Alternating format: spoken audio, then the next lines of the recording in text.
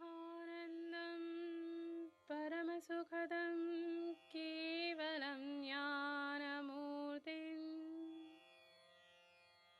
द्वन्द्वातीतं गगनसदृशं तत्त्वमस्यादिलक्ष्यम् एकं नित्यं विमलमचलम् सर्वधी साक्षिभूतं भावातीतं त्रिगुणरहितं सद्गुरुं तं नमामि। आप सभी को नमस्कार। धर्मधारा के सत्संग श्रृंखला में मैं तनुजा ठाकुर आपका हार्दिक स्वागत करती हूँ। हमारे श्री गुरु एवं वैदिक उपासना पीठ के प्रेरणा स्रोत परात्पर गुरु परम पूज्य डॉक्टर जयंत बालाजी आठवले एवं हमारे आराध्य देव भगवान शिव के चरणों में वंदन कर आज का सत्संग आरंभ करती हूँ। आज का विषय है ईश्वर प्राप्ति हेतु सबसे आवश्यक गुण क्या है। कुछ साधक साधना तो करते हैं किंतु वे उसे क्यों कर रहे हैं यह भी उन्हें ज्ञात नहीं होता है। तो सर्वप्रथम यह जान लें कि मनुष्य जीवन का मुख्य उद्देश्य है ईश्वर प्राप्ति करना और यह साधना द्वारा ही साध्य हो सकता है। चाहे कोई जिज्ञासु किसी भी योग मार्ग से साधना करना चाहे या कोई साधक किसी भी योग मार्ग से साधनारत हो, दोनों के लिए ईश्वर प्राप्ति हेतु कुछ गुणों का होना आवश्यक होता है एवं सभी गुणों में जो सबसे आवश्यक गुण है वह है तीव्र मुमुक्षुत्व का होना। जिस साधक के पास यह गुण होता है वह साधना पथ पर आने वाली सारी बाधाओं को पार कर उस परम सत्ता से एकरूप हो जाता है। तो आइए मुमुक्षुत्व क्या होता है इसे एक प्रेरक प्रसंग के माध्यम से समझ लेते हैं। मोक्ष प्राप्ति की तीव्र इच्छा को मुमुक्षुत्व कहते हैं। जब साधक को उसके जीवन का परम कल्याण किसमें है यह समझ में आ जाता है तब उसके अंदर ईश्वर को पाने की तीव्र इच्छा निर्माण होती है और वह तीव्र उत्कंठा से साधना करने लगता है। इस संदर्भ में एक प्रेरक प्रसंग सुनाती हूँ। देहधारी गुरु के अध्यात्म सिखाने की पद्धति अद्भुत होती है एवं गुरु और शिष्य से संबंधित प्रसंग सदैव प्रेरणादायी एवं साधना को स्फूर्ति प्रदान करने वाले होते हैं। आज ऐसा ही एक बोधप्रद प्रसंग सुनाती हूँ। एक बार बंगाल के सुप्रसिद्ध संत स्वामी रामकृष्ण परमहंस से एक शिष्य ने पूछा, ईश्वर प्राप्ति हेतु सबसे आवश्यक गुण कौन सा है। स्वामी जी ने अत्यंत संक्षिप्त उत्तर दिया और कहा, मुमुक्षुत्व। शिष्य ने पूछा, मुमुक्षुत्व किसे कहते हैं।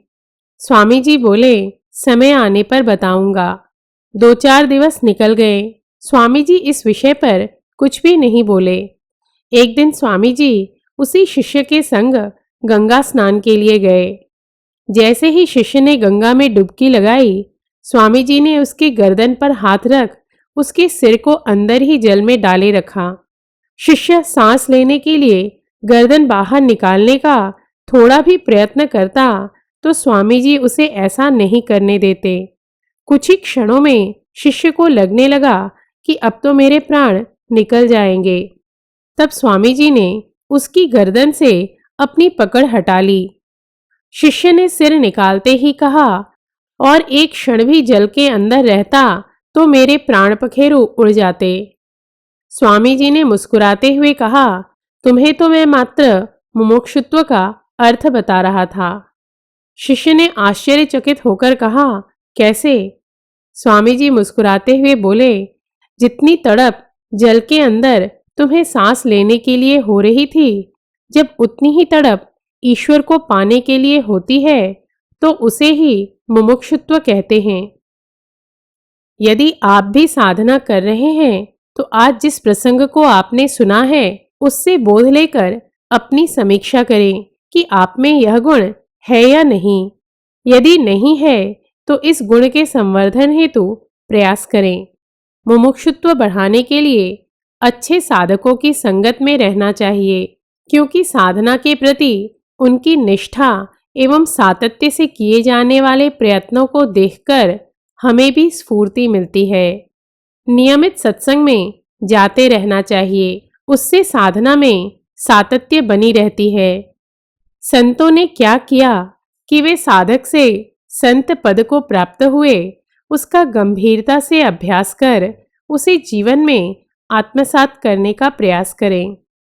अध्यात्म शास्त्र के सैद्धांतिक पक्ष का अभ्यास करें, इससे ध्येय निर्धारित करने में सहायता मिलती है, साथ ही शंकाओं का समाधान होता है। चाहे आप किसी भी आश्रम में हो, जैसे ब्रह्मचर्य, गृहस्थ या वानप्रस्थ, अपनी दिनचर्या से साधना हेतु 2 घंटे अवश्य निकालें। इससे आपको अनुभूतियां होंगी एवं श्रद्धा में वृद्धि होगी और कुछ ही वर्षों में व्यवहारिक जीवन की अपेक्षा आप साधना को अधिक प्रधानता देने लगेंगे। तभी एक दिवस मुमुक्षुत्व निर्माण होगा। किसी संत के आश्रम में जाकर नियमित सेवा करें, इससे आप पर गुरु तत्व की कृपा होगी एवं आपको योग्य मार्गदर्शन मिलने आरंभ होंगे। मुमुक्षुत्व में वृद्धि हो, इस हेतु गुरु चरणों में या ईश्वर चरणों में अविरत प्रार्थना करें। इन प्रयासों से आप में मुमुक्षुत्व का गुण अवश्य निर्माण होगा। इन्हीं शब्दों के साथ हमारे श्री गुरु परम पूज्य डॉक्टर आठवले एवं भगवान शिव के चरणों में कृतज्ञता व्यक्त कर आज का सत्संग समाप्त करती हूँ। धर्म और अध्यात्म से संबंधित धर्मधारा के सत्संग श्रृंखला में हम नए तथ्यों के साथ पुनः उपस्थित होंगे। तब तक के लिए नमस्कार। जयतु हिंदू राष्ट्रम। ॐ पूर्णमदः पूर्णमिदं पूर्णात् पूर्णमुदच्यते पूर्णस्य पूर्णमादाय पूर्णमेवावशिष्यते।